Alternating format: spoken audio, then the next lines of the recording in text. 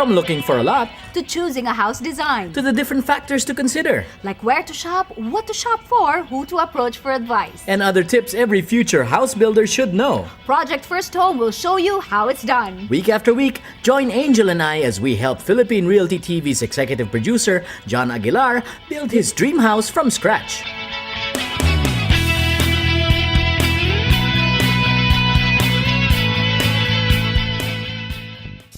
John has already picked out his property and he's arranged financing.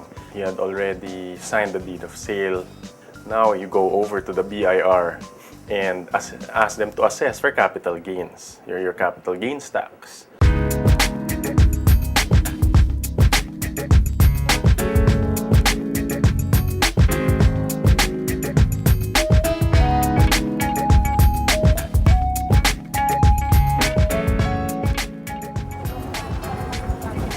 Hello, good morning.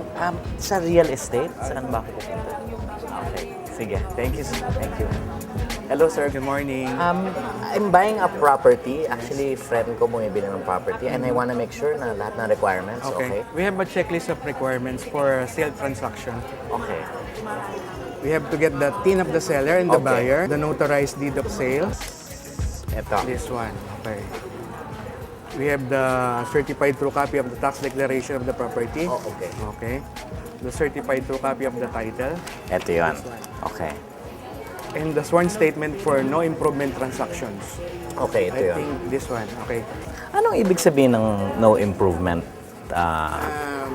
That the buyer attests that the Lot is property, empty. Yeah, it has no building at all. So the tax is different kapag may building? Yes, and, we add up the market value of the that property. Okay, okay. If you're not the buyer and or the seller, Okay, you have to submit to us a letter of authority coming from either the buyer or the seller. Buti na lang, meron Do you ako have that? nun. Okay. Power of attorney. Okay, this Okay. one. Now the BIR will give you an assessment form. You fill it out and then they will compute for your capital gains tax. The selling price is the one dictated by the buyer and the seller. Okay. And the fair market value is the one dictated by the assessor's office. Okay. Okay. For the BIR, we have the zonal valuation. Okay. So we have to compare this one, This whichever one. is higher. Because sometimes yung what was paid is less than the zonal value. Yes, That's- this is the benchmark of the BIR. Okay. The capital gains tax is times 6%. Sino nagbabayad ng capital gains tax? It's always the seller. Always the seller. Yes. Okay. In such instances, if the buyer is the one paying the tax, Okay. it is being computed as part of the Part of the consideration. selling, part of the price. So Kasi- in this case, the deed of sale is silent. We assume that the seller is the one paying the corresponding taxes. Kasi siya yung nag-gain ng capital. Yes, Ganon. that's Galing right. ka. Okay. Now, after they've computed the capital gains tax, you pay for the capital gains now. We have to stamp this form so you can pay to the bank. Okay. They won't accept the payments if Kung there's walang no stamp. Okay.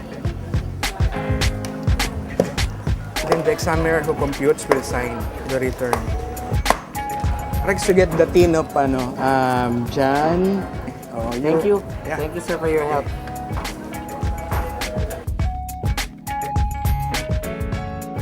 I understand that the BIR no longer receives the money, you know, so you have to pay with a representative bank.